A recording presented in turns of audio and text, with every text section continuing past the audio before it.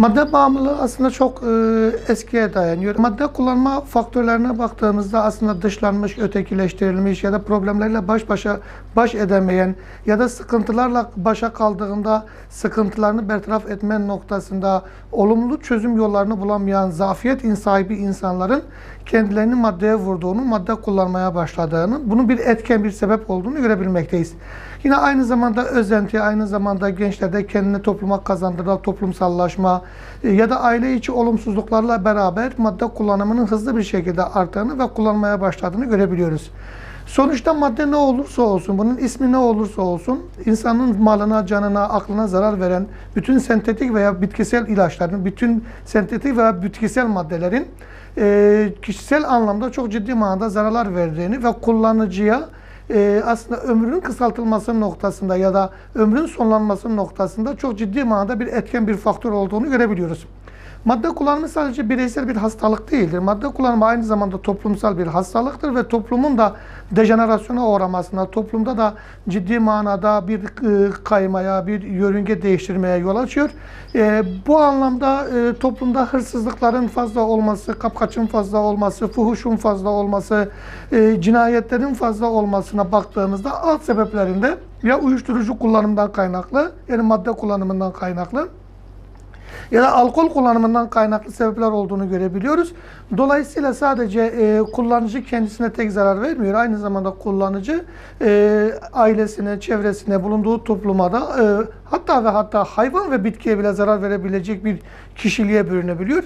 Türkiye'de sigarayla mücadele noktasından baktığımızda özellikle AK Parti hükümeti ve Cumhurbaşkanımızın bu anlamdaki çalışmalarla beraber sigaraya yönelik çok ciddi manada bir çalışma yaptığını görebiliyoruz. Yani son 5-6 yıldır bu anlamda sigarayla mücadele noktasında ciddi manada bir efor sarf edildiğini, hükümet tarafından, Cumhurbaşkanlığı tarafından bir efor sarf edildiğine şahit olabiliyoruz. Bunun alt sebebinde şu vardır. Sigara aynı zamanda alkol kullanımını tetikliyor, sigara aynı zamanda madde kullanımını tetikliyor, sigara aynı zamanda kumarı tetikliyor. Çünkü sigara bir ilk basamaktır. Yani hükümetin bu anlamda sigaraya öncelik vermesini önemsiyoruz. Alkolle mücadele noktasına baktığımızda aslında üzülerek söyleyeyim, aslında Türkiye'de alkole müdahale etmek, hayat tarzına müdahale etmekle algılanılıyor, eşdeğer tutuluyor. Sanki birileri alkol kullanma noktasında söylemde bulununca sözüm ona ötekileştirilen ya da öteki olan ya da Türkiye'nin kambur üstü olan insanların bunu bir hayat tarzına müdahale olarak algıladığına şahit olabiliyoruz ve böyle bir şekilde lanse edebiliyorlar. Oysa alkol kullanmak bir hayat tarzı değildir. Alkol kullanmak bir hastalıktır ve toplumda alkol bağımlısı hastaların çok ciddi manada yaralara sebep olduğunu, çok ciddi manada trafik kazalarından tutun cinayetlere kadar, kadına karşı şiddetten tutun kapkaça kadar çok ciddi manada büyük bir yelpazede alkol kullanıcıların olduğunu görebilmekteyiz. Burada yine söylüyorum, alkol kullanma noktasında müdahalenin yapılması ya da alkolle ilgili bu anlamda bir çalışmanın olması birileri tarafından hayata müdahale diye algılandığı için belki ondandır. Özellikle AK Parti hükümeti ya da sağ cenah diyelim çok fazla alkole bulaşmamaya gayret ediyor ya da bulaşınca da hani el altından bulaşmaya çalışıyor.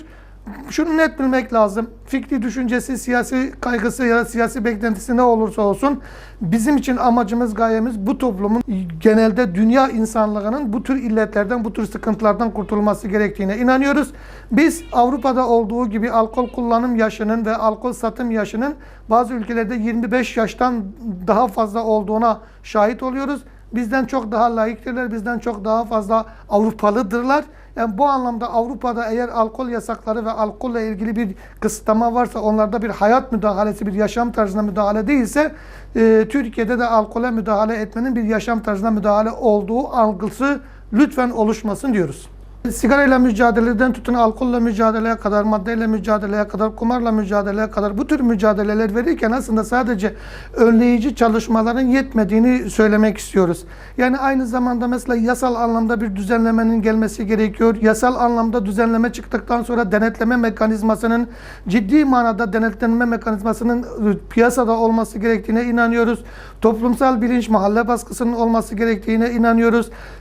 Kullanıcının ve satıcının bilinçli bilinçli olması gerektiğine inanıyoruz. Bu anlamda Türkiye'de bazı noktalarda maalesef sınıfta kaldığımıza şahit olabiliyoruz. Yani alkol satıcılarının okullara, cami etrafına çok yakın bir mesafede olmaması gerektiği durumlarda dahi maalesef denetimsiz yeterlilikten kaynaklı bazı insanlar neredeyse okulların bahçesinde, yani çok bahçesine değil mi? Çok yakında alkol sattığını, sigara sattığına şahit olabiliyoruz. Ve burada yine topluma çok ciddi manada bir görev düşüyor.